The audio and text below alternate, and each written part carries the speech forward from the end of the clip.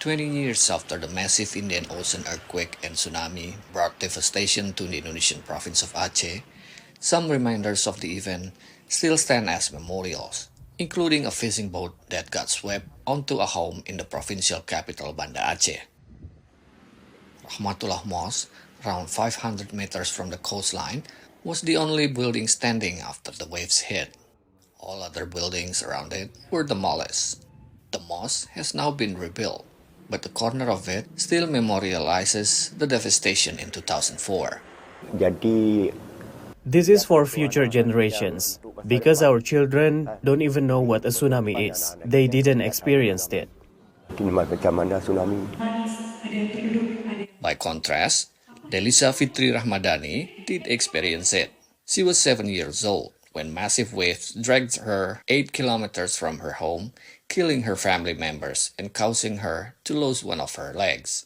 I felt such immense fear, not only from the strong waves, but the ground itself continued to shake.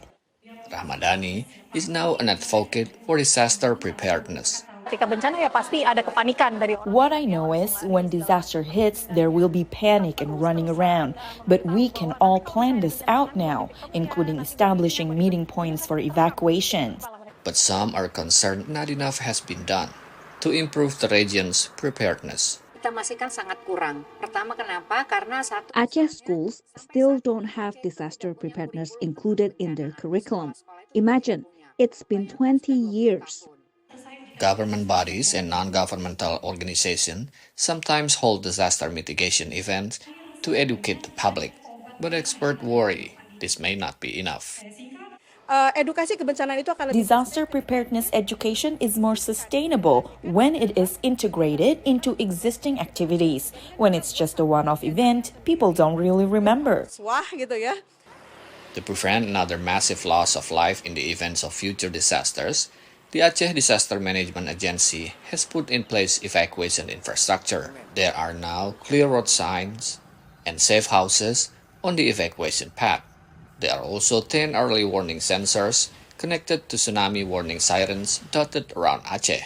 Ketika sesuatu mudah-mudahan jangan terjadi. If something does happen, we must be prepared to act. At the least, with this, we can take advantage of the so-called golden time. Golden time.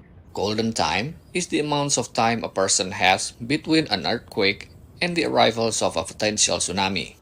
Experts say in 2004, locals had between 15 and 30 minutes to get out of the paths of the tsunami. And while officials here say progress is slow, they will continue to work towards the goal now of creating the infrastructure that will allow everyone to get out the way of the next series of deadly waves.